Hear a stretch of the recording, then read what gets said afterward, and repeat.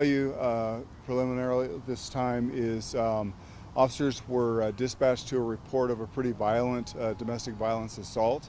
Witnesses reported seeing a male party throw another woman to the ground and also begin assaulting a juvenile child. Officers arrived on scene pretty quickly. Saw a female on the ground, saw a male party that they believe was associated to the incident, began to engage that individual, began issuing him commands. He was very agitated and aggressive towards the officers, ultimately began approaching the officers in a very aggressive manner. Officers issued commands for him to stop. He did not stop, continued his very aggressive advance towards the officers.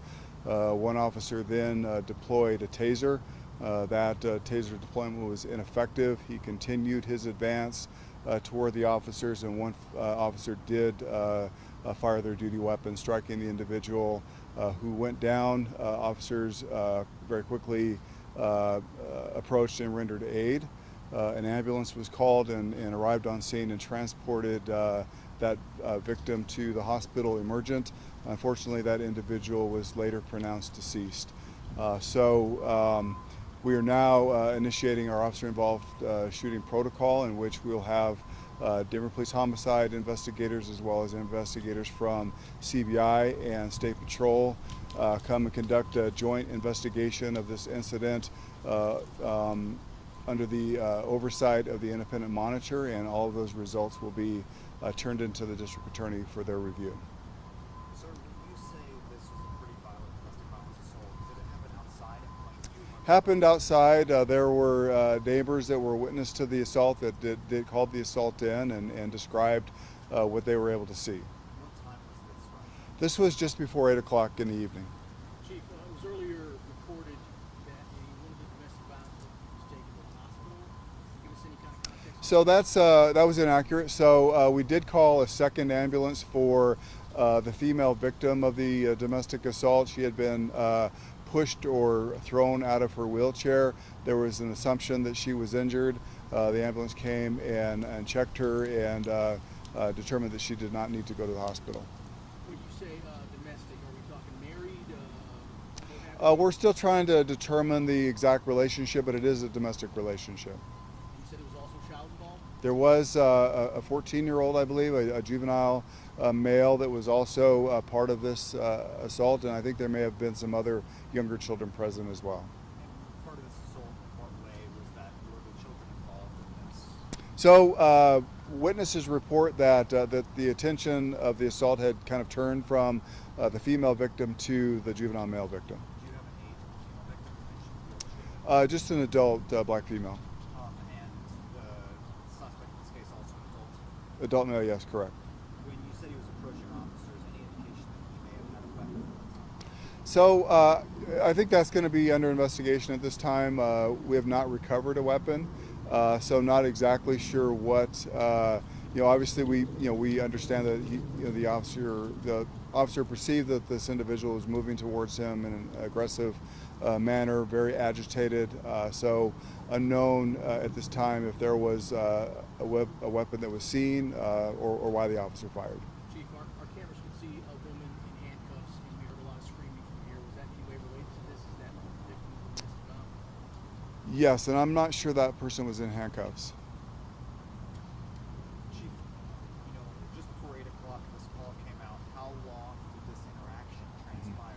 So it all transpired pretty quickly. So the officers responded within minutes, engaged the suspect within minutes, really tried to de-escalate the situation, tried to get the individual to respond to their commands to stop his advance and calm down. And so it was very shortly after that after the taser deployment that was ineffective, that the shots were fired. How long do you expect to be out here tonight? There's a lot of neighbors coming through. Yeah, and I understand that, and this is going to be a significant disruption for this neighborhood, and we apologize for that, but I would imagine that we'll be out here on scene collecting evidence and photographing the scene for an hour or so. How many officers fired? So there were 2 officers that responded to the call. Those 2 officers were the only officers on scene. One officer deployed his taser, the second officer deployed their sidearm. Any knowledge of a history of domestic violence or calls to Unknown at this time. That's going to be part of that investigation. You said it happened outside. Is this driveway, front porch, in the middle of the street? Kind of the side of the street. Side of the street. Chief, we know that domestic violence calls are sometimes among the most violent that officers respond to. Can you talk about the mindset that officers have when they come to DV calls? Well, I mean, I think the mindset is similar to their response to all calls. I mean, I think they really are just trying to provide safety for victims, and so certainly they responded. They saw a woman who was on the ground, so they wanted to tend to her, and they also saw the individual who we believed to have been involved in that assault, and so it was important for us to engage that individual, try to see what was going on, and see if there was a need to take that person into custody. And so, you know, I think our mindset when we respond to these calls is to you know, settle the situation, try to identify what's going on, and see if there's an arrest that needs to be made. I'm not sure if you broached the subject, you might have already, but I'll ask anyway. Condition of the children and So they are all fine. So so no one has been transported to the hospital. We are going to be transporting all of the witnesses, to include the juvenile male and the victim of the assault, to headquarters for interviews. Talk to me a little about why that's important to bring folks into headquarters for interviews rather than just talking to them here at the scene. Well, you know, I think it's important that they're brought to headquarters because those interviews are videotaped.